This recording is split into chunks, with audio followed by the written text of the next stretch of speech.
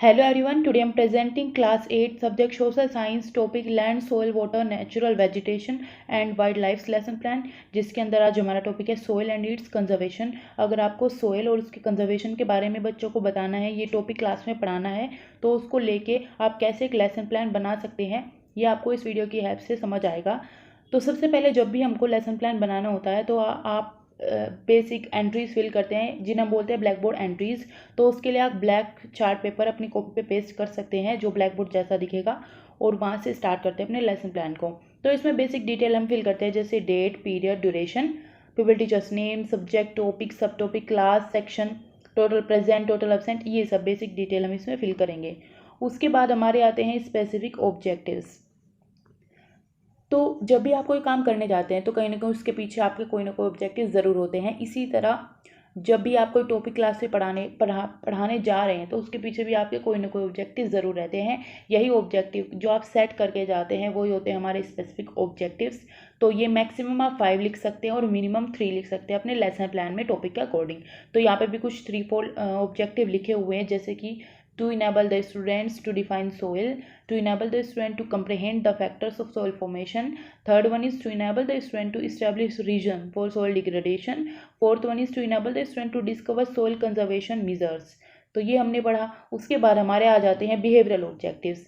तो ये जो वर्ड है इससे आप समझ गए होंगे, बिहेवियर यानी बच्चों के जो बिहेवियर में चेंज आता है, तो ये एक तरीके से लर्निंग आउटकम की तरह होते हैं। यहाँ पे हम डेफिनेटली मान के ही चलते हैं कि हाँ बच्चा जब हम ये टॉपिक पढ़ाते हैं तो इतना एबल ज़रूर हो जाएगा, तो इसलिए ये हमेशा फ्यूचर टेंस में होता है। तो ये भी आप इसी तरह मैक्सिमम 5 या मिनिमम 3 लिख सकते हैं। यहाँ पे भी कुछ 3-4 बिहेवियरल ऑब्जेक्टिव लिखे हुए हैं, जैसे कि first one is students will be able to define soil. Second one is student will be able to classify the factors of soil formation.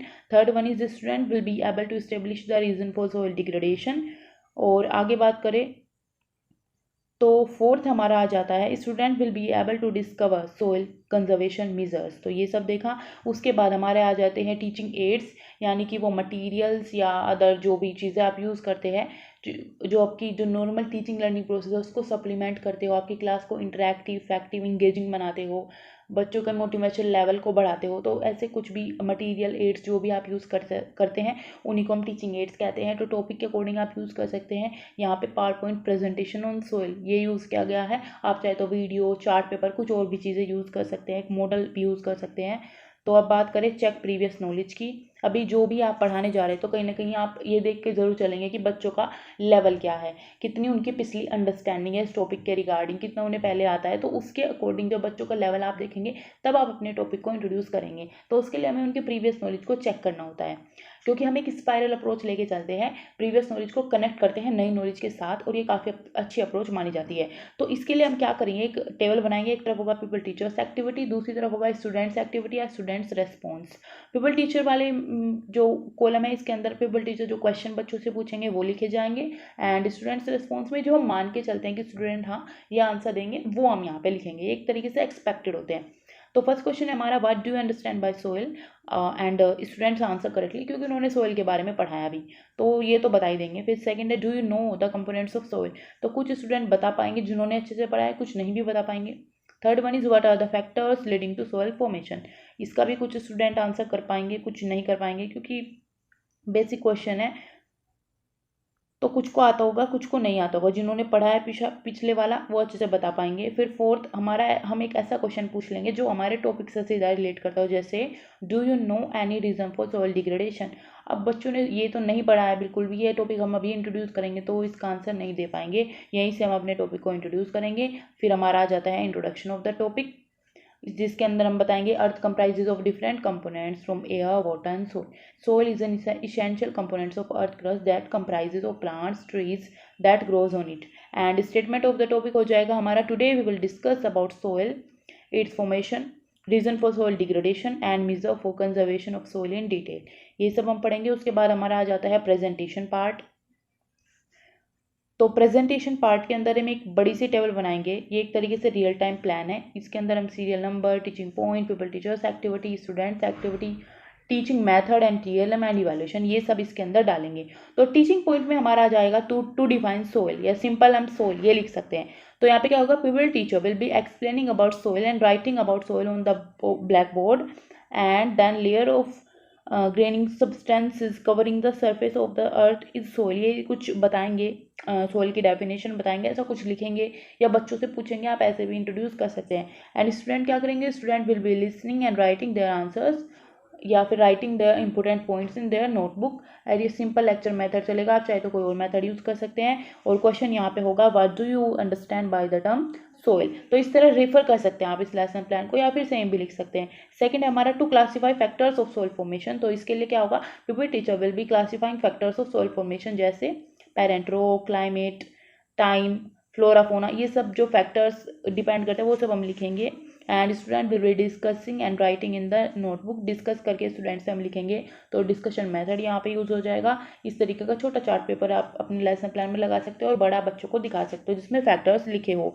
And यहाँ पे हमारा क्वेश्चन आएगा what are the factors of soil formation, explain. फिर third teaching point है हमारा to establish reasons for soil degradation. तो इसके लिए क्या होगा, people teacher will be asking reasons for soil degradation और बच्चे आंसर करेंगे, जैसे डिफोरेस्टेशन हुआ, और ग्रेजिंग हुआ, केमिकल फर्टिलाइजर्स का और यूज़ हुआ। And student will be trying to give the answer and participate in the discussion. And यहाँ पे हमारा क्वेश्चन आंसर स्किल यूज होगी, ना कि मेथड, वो स्किल होती है। एंड डिस्कशन मेथड आप लिख सकते हैं। और क्वेश्चन हमारा हो जाएगा what are the reason for the soil degradation. फिर फोर्थ हमारा आ जाएगा to discuss soil conservation measures. तो इसके लिए क्या करेंगे, pupil teacher will be discussing soil conservation measures with the help of example, जैसे mulching of rock dam, contour barriers, terrace furnaces, ये सब।